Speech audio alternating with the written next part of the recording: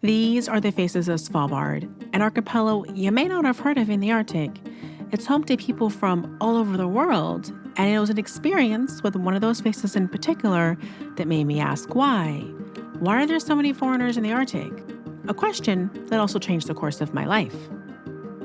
Hi, I'm Kamari, your modern-day Nordic explorer, and en route to Svalbard on my very first trip back in 2017, I was pickpocketed during my stopover in Berlin. Lost everything, including my visa for Austria, so that's like a whole other issue, but dealt with credit cards tonight. After arriving to Archipelago a few days later with no credit card still, very little cash, my luggage was then lost for 3 days. I don't know what's going on. I'm just kind of cursed on this trip. Yet, I was still really happy. Why? Well, because I was in the Arctic, a happy place. I'm gonna actually start crying. I love reindeer so much. There's 2 of them right here. Oh my god. Oh my god. Oh my god. But also because of her.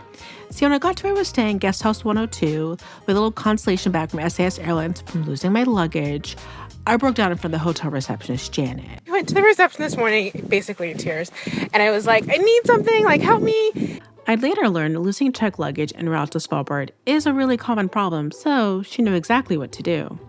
She gave me clothes in the hotel's lost and found. This little outer jacket, which is helpful, but I'm still really cold. She also gave me these gnarly boots. I think they're men's boots, but they kind of fit. She took me to a local thrift store where everything is free because of, well, such a common problem of lost luggage. But don't worry, I actually returned everything before I left. So first, dropping off all the clothes in the thrift shop. She took me into her home with her family for several meals. And she introduced me to several of her friends, all foreigners like her. And one in particular stood out to me, Ben, an American expat like me. Well, part of me at least. He built either the world's first or one of the first greenhouses in the Arctic, polar permaculture. It's a very cool story, which we'll save for next season. Janet single-handedly saved me, and she saved that trip. Let's do some fun facts about this amazing island. It would take me a few years to understand the significance of that journey, of that curse, which ultimately became a gift. A gift that brought me here. See, this little channel you stumbled upon, this has been my dream for years, to explain, explore the mysteries of the North, to answer questions I've been collecting over the years throughout my travels during the Nordics, all starting from this trip. See, 2 months prior, I started filming myself on camera in Iceland, and, this began paving the way. And this trip to Svalbard and my experience with Janet, it sparked the very first question I had. A question that ultimately led to the creation of this little explainer show, and a question that'll be the first one that I'll answer this season. So, welcome to A Nordic Heart. Now, let's begin. Svalbard is an archipelago of islands that sits at 74 to 82 degrees north, and it is just 1,300 kilometers south of the North Pole. Now, no indigenous people have ever settled here, and it's without a municipality or country status. It was discovered in 1596 by Dutch explorer William Barents while he was looking for an alternative route to the Far East. He ended up drifting in a thick fog and landing on the biggest island, and named his discovery Spitsbergen after its very craggy peaks. In the 1600s, it became a place for fishing for many, including the English, the Danish, and the Dutch. There was a territory dispute since nobody technically owned the land, but after the fishing died down, the matter went away temporarily. And this is where Svalbard gradually became known as Terra Nullius, or No Man's Land. Now let's jump to 1800s, where Svalbard started to become a place for research for things like oceanic currents, Arctic animals, glaciers, and the Northern Lights. It also became a base for expeditions attempting to reach the North Pole, and we're going to discover one of the most tragic ones in an upcoming video. And to this day, research is actually one of the main industries here, like the University of Svalbard, and they have other institutions too. This is literally the room where it happens. Phil Hamilton, you get the reference. Yeah, I couldn't resist an opportunity to come back to the world's northernmost town to tell this story. But going on the road for this show actually wasn't part of the initial plan. We'll discuss that in a later video. So in 1906, American businessman and mining pioneer John Monroe Longyear, he actually created the first mine right here. I was corrected. This is Mine 1, or Groove 1 in Norwegian. And he named the adjoining town, which we've been looking at, Longyear. But because it was difficult to run from the States, he actually sold it to a local company, and they actually then renamed the town Longyearbyen. We gotta hit the road to continue this story.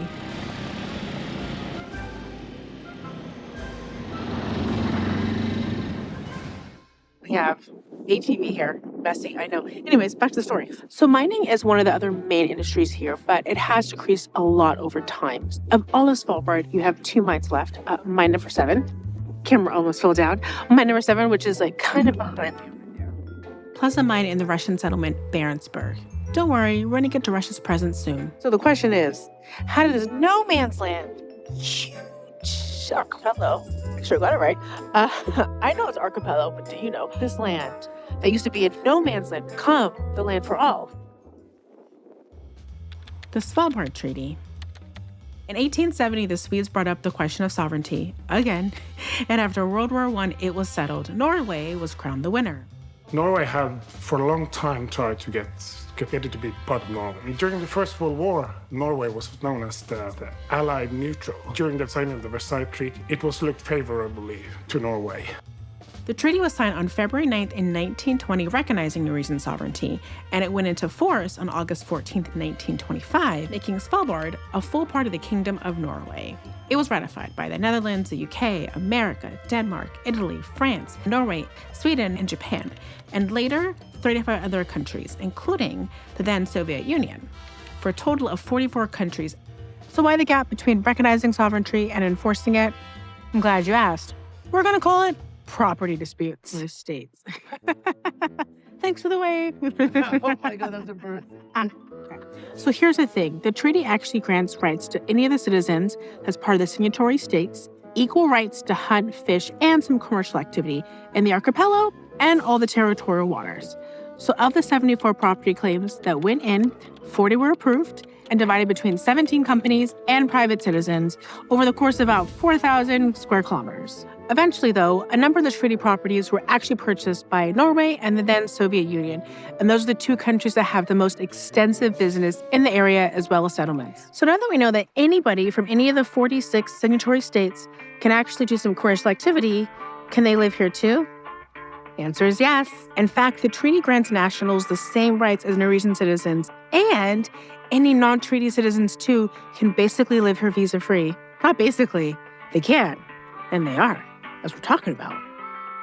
Norway is not allowed to give particular rights to Norwegians. Everyone has to be treated the same. So regardless of citizenship, anybody from any country can legally live and work here indefinitely. However, if you need a visa to go to mainland Norway, that also applies to come to Svalbard too. Pretty cool, right? Well, there's only one small and big catch. You need money, which if you've been saving for it, you'll be fine. You also need housing, and that is the bigger problem.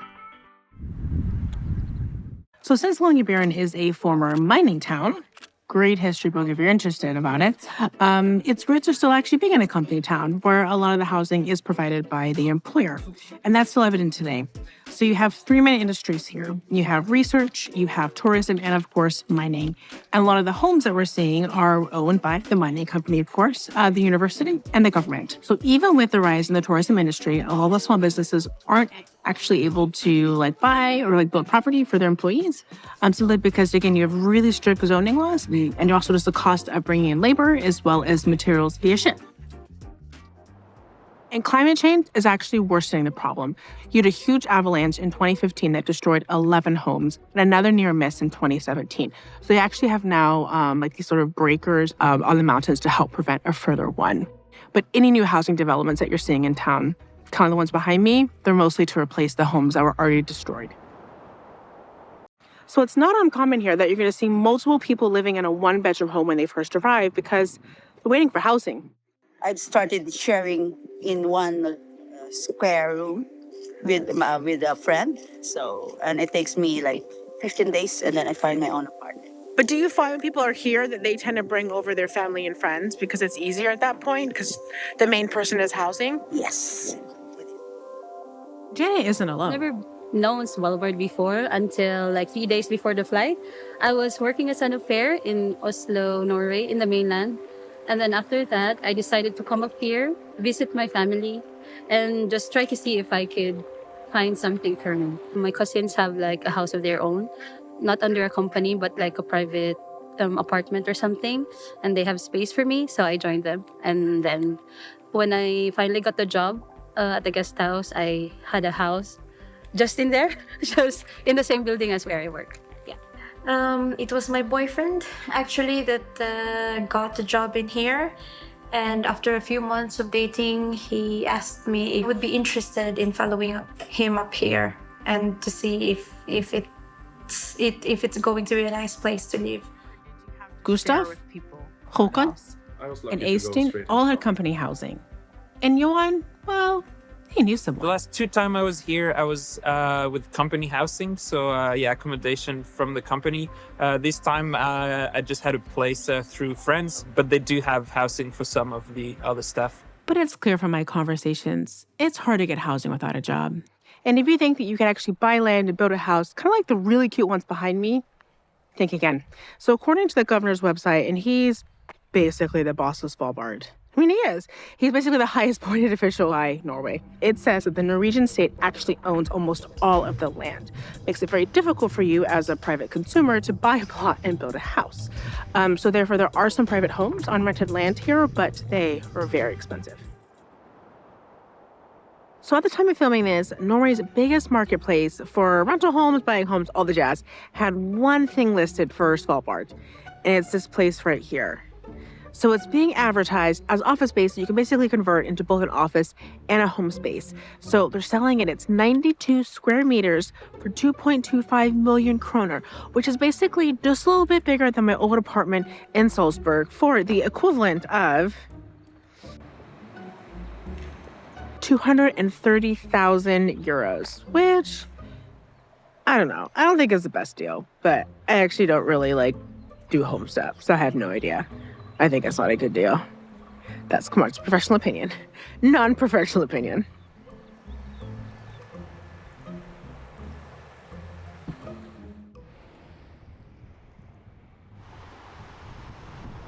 So if you're lucky enough to get housing and make it here, you only have another small, big hurdle.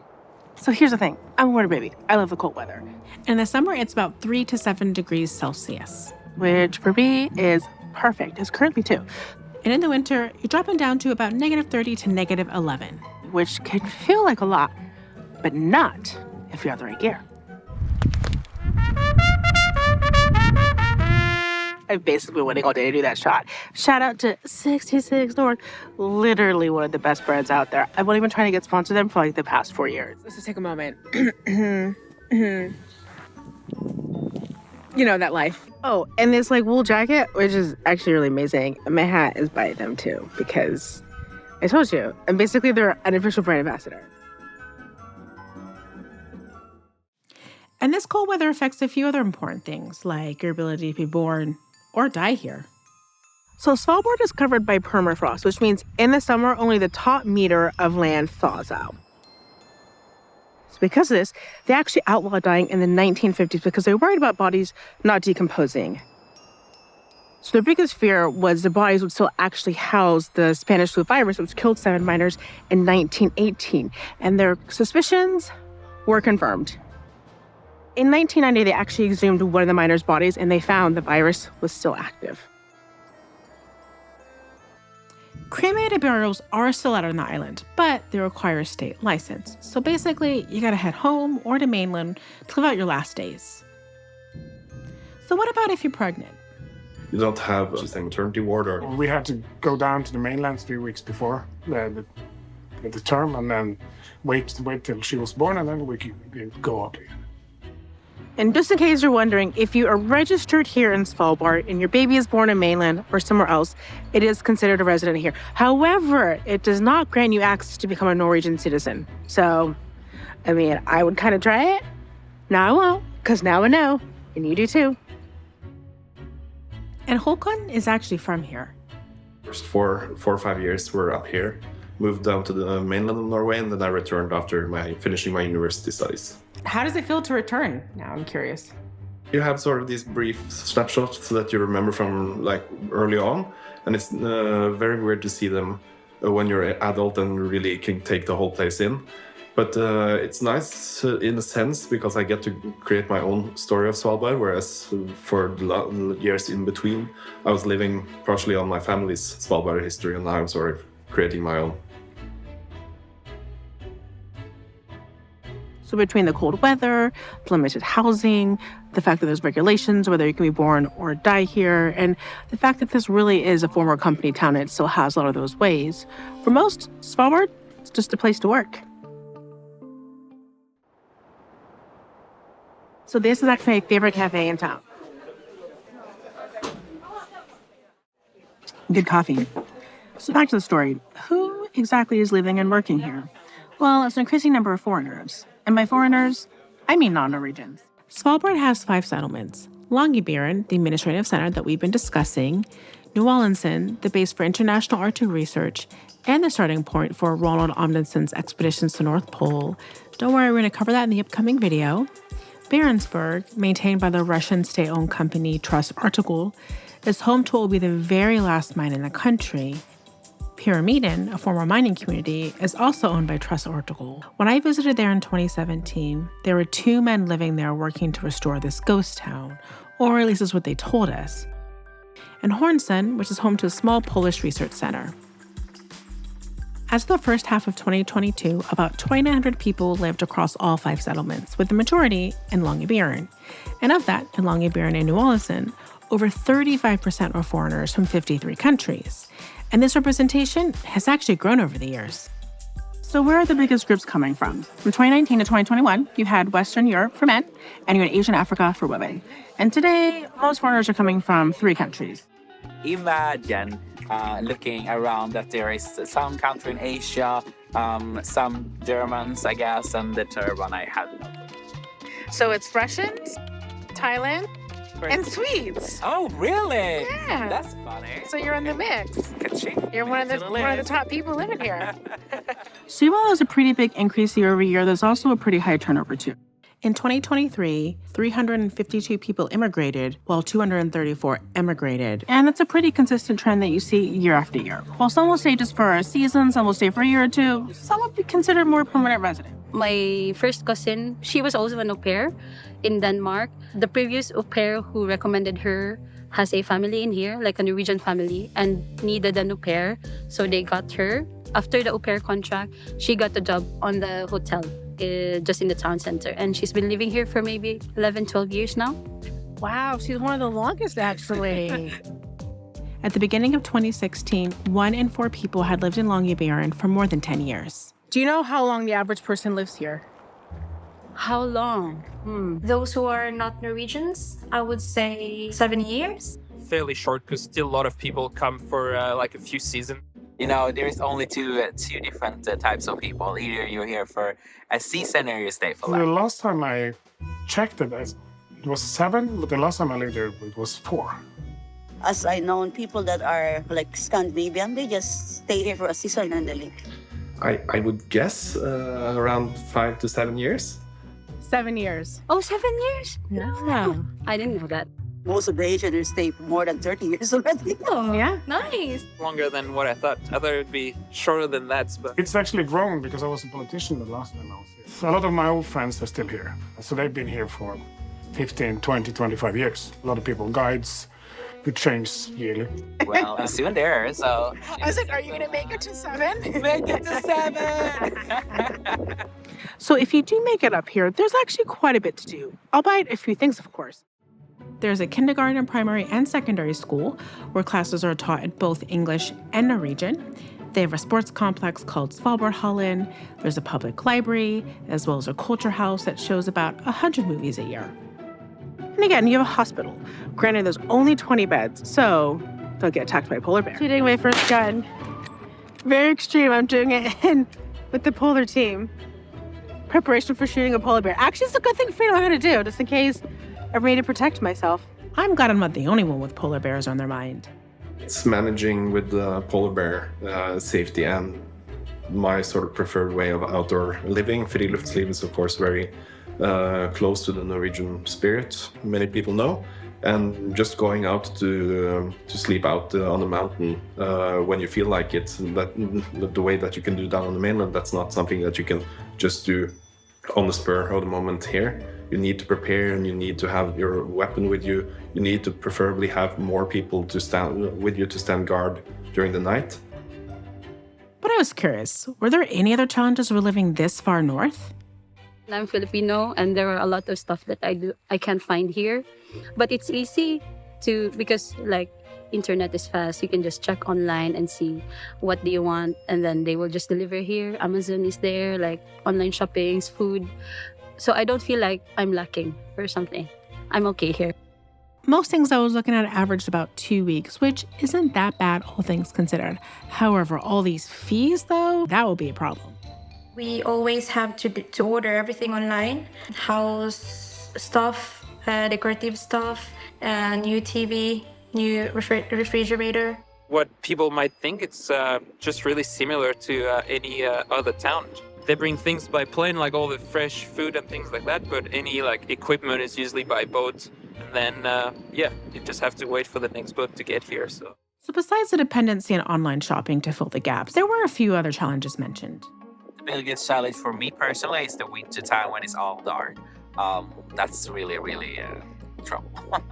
For me, I think it's not easy with the culture barriers. These places are very international, so sometimes it's you have advantages, and sometimes there are many things that you really have to adapt. It's the isolation from other communities. That might be a challenge, although it's also what you seek, but the feeling of not being able to go to the neighbor village to have a look at their store and or a community or companionship. For me, I love the Arctic countries. By far, they are my favorite when we talk about the full Nordic. But they're also all very different, and that's what makes it really special. And that's what's been interesting to me is having maybe assumptions that they will be the same and learning that they are so different through my travels there and talking and meeting with local people. I mean, you have Greenland, which I'm going to next. Love Greenland. It is a place that has a really strong cultural background and identity, and a place mostly of Inuit people. And yes, there are quite a few Danes there because they are part of the Kingdom of Denmark, but that's a relationship that I really want to explore in another video, hopefully soon. Then you have Iceland, my love, who I've been to 12 times.